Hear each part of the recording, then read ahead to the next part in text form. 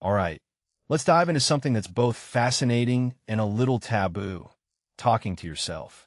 Yeah, that thing you probably do when no one's around, or maybe even when they are.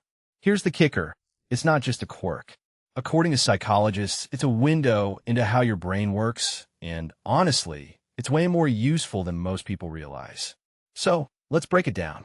First off, why do we even bring this up? Well, personally, I think there's a stigma around talking to yourself.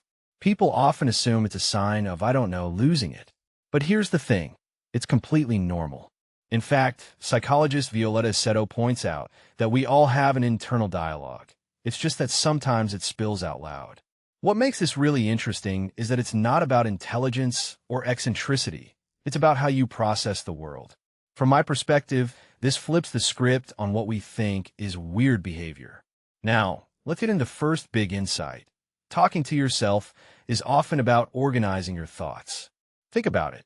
How many times have you said something like, "Okay, first I'll do this, then that"? It's not just random chatter. It's your brain structuring chaos. What many people don't realize is that verbalizing your thoughts can actually make you more efficient. For example, studies show that saying the name of something you're looking for out loud helps you find it faster. Why? Because it sharpens your focus. If you take a step back and think about it, this is your brain's way of decluttering, turning a mess of ideas into a clear plan. It's like your mind's version of a to-do list, but way more effective. But here's where it gets even more intriguing. Self-talk isn't just practical, it's emotional. Ever caught yourself saying, "You've got this," before a big moment? That's not just pep talk, it's emotional regulation. Aceto explains that speaking to yourself with kindness can calm you down and help you think clearly. What this really suggests is that the tone of your self-talk matters. If you're constantly harsh with yourself, it's like having a critic in your head 24/7.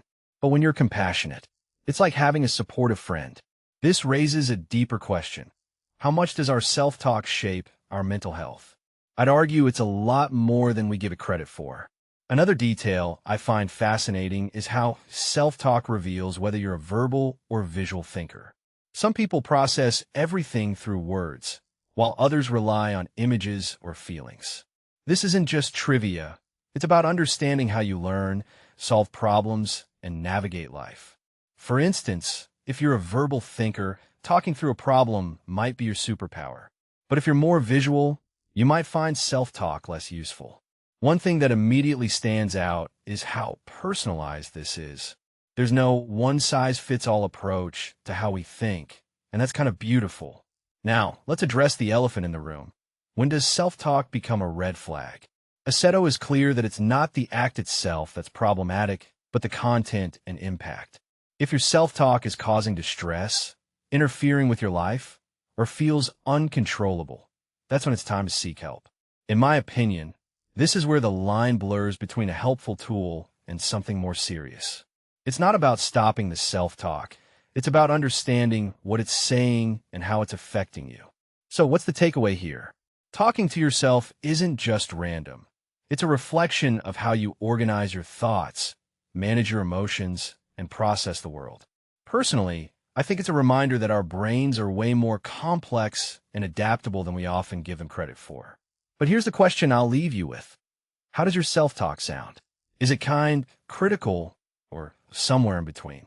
Because in the end, that dialogue might just be shaping your reality more than you realize.